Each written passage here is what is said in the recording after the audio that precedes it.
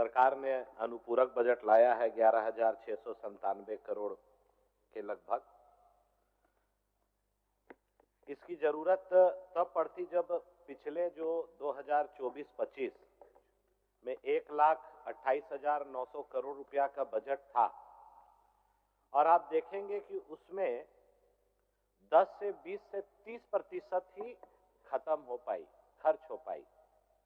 और अभी सभी सचिव चिट्ठी लिखकर सरकार को चिट्ठी लिखा जा रहा है कि दिसंबर 9 तारीख तक सरेंडर करें राशि।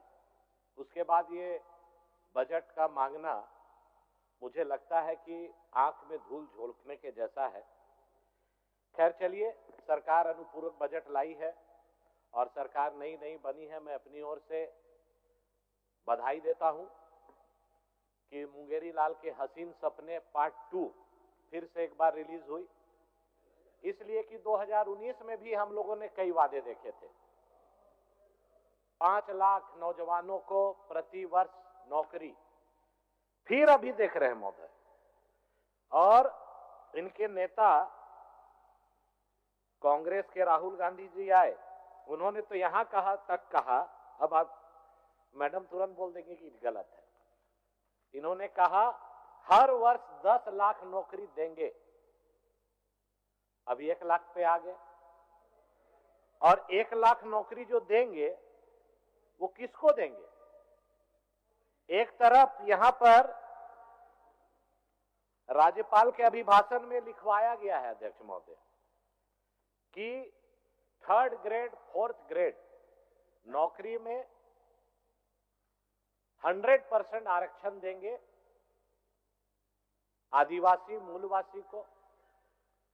ये सरकार को मैं याद दिलाना चाहता हूं, 2013 में हेमंत सोरेन जी मुख्यमंत्री बने थे। अर्जुन मुंडा जी की सरकार से समर्थन वापस लिया था कि स्थानीय नीति, नियोजन नीति मैं बनाऊंगा, इसीलिए सरकार से समर्थन वापस ले रहा हूं। 18 महीने उस समय रहे, कोई पहल नहीं किया। फिर 2019 में इन्होंने कहा कि 2019 में हम अगर सत्ता पे आए तो स्थानीय नीति और नियोजन नीति बनाएंगे। फिर अभी कह रहे हैं, देखिए इसमें लिखा हुआ है कि 3rd ग्रेड 4th ग्रेड में 100% आरक्षण देंगे। रघुवर दास जी की सरकार ने सभी जिलों को 10 साल के लिए रिजर्व कर दिया था, उसे भी हटा दिया। इसलिए मैं ये बात कह रहा हूं कि इनको करना नहीं है, राजनीति करना है। इसीलिए मैंने कहा मुंगेरी लाल के सपने पार्ट 2 पिक्चर रिलीज अभी जो हुआ है, अभी हमारे पूर्व नेता बोल रहे थे तिवारी जी मैया योजना के बारे।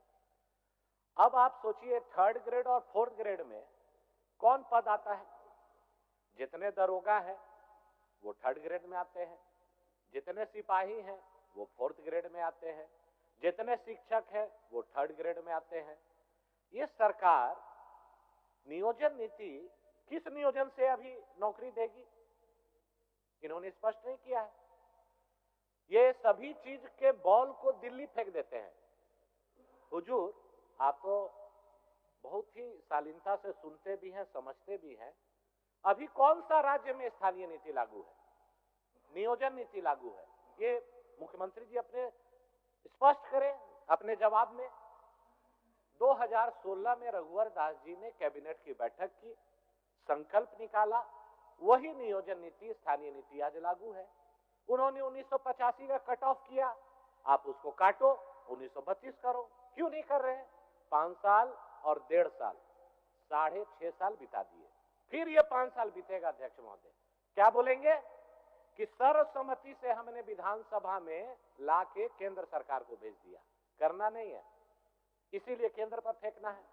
जैसे इसमें एक चीज लिखा हुआ है, अब बोलेंगे कि मैया योजना हम क्यों नहीं दे रहे हैं कि मेरा 1,36,000 बकाया है। कहां बकाया है? तो केंद्र सरकार में। वो आएगा तो हम देंगे। अभी तिवारी जी बोल रहे थे, इतना टर्म्स एंड कंडीशन इसमें जो लिखा हुआ है, हमारे राज्यपाल महोदय से आपने पढ़वाया कि सभी महिलाओं को, इसमें लिखा हुआ है हुजूर, आप पढ़ लीजिए, सभी महिलाओं को मैया सम्मान योजना के तहत सम्मान राशि 2500 रुपये हर महीने दी जाएगी।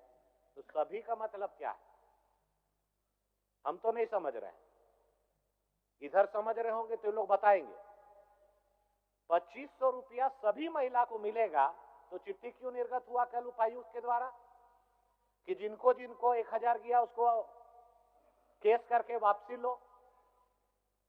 इतना जैसे बड़ा कोई ऐड होता है तो नीचे छोटा सा लिखा रहता है टर्म्स एंड कंडीशन। वही टर्म्स एंड कंडीशन क्या है?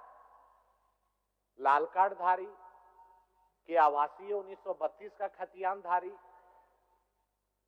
तो मुझे लगता है जो 60 लाख चुनाव के पहले ये लोग एक बार डाल के प्रलोभन दे के ठग के वोट ले लिए, अब 60 लाख से 6 लाख तुरंत आएगा ये अगला महीना से। गांव देहात से हमको हुजूर फोन आ रहा है कि गैस सिलेंडर खाली हो गया, कब से भरवाना है, 450 में कब मिलेगा। सब महिला लोग खाली कर दिए अपना सिलेंडर, इंतजार कर रही है। इनके कांग्रेस के नेता जो मीर साहब आके बोले कि बांग्लादेशी को भी देंगे 450 में, घुसपैठिया को भी देंगे 450 में। बोले, वीडियो है।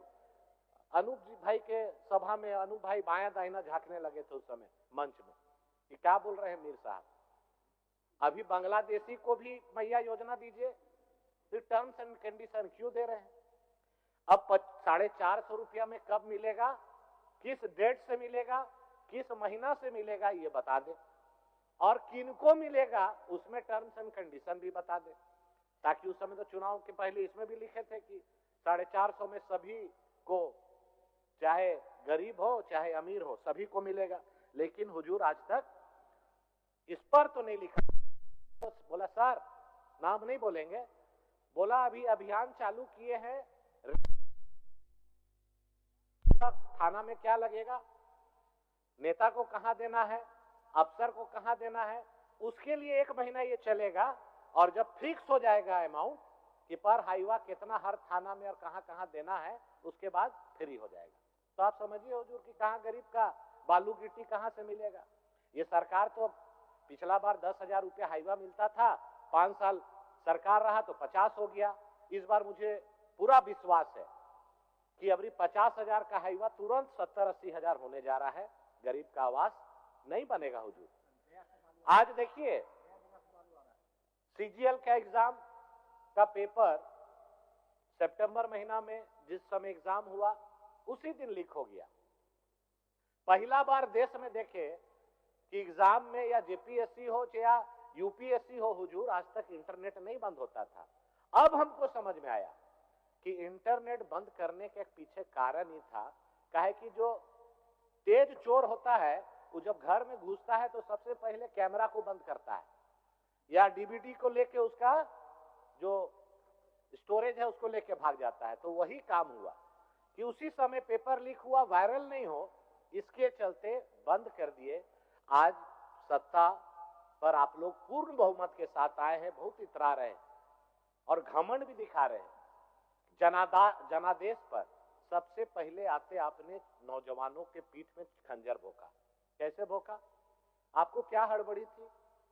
रिजल्ट निकालने का जब मामला सब जुडिस था, आप रद्द कर देते, फिर से एग्जाम ले लेते और यहां पर नियोजन नीति बना लेते। यहां के मूलवासी आदिवासी का जो बात कर रहे थे, 2017 से आपका स्टार्ट है, 2023 तक 4 बार एग्जाम हुआ, पेपर लीक हुआ, 25 लाख 30 लाख में पेपर बिका। आप रद्द करते, आप लाठी डंडा आंसू गैस चला रहे हैं।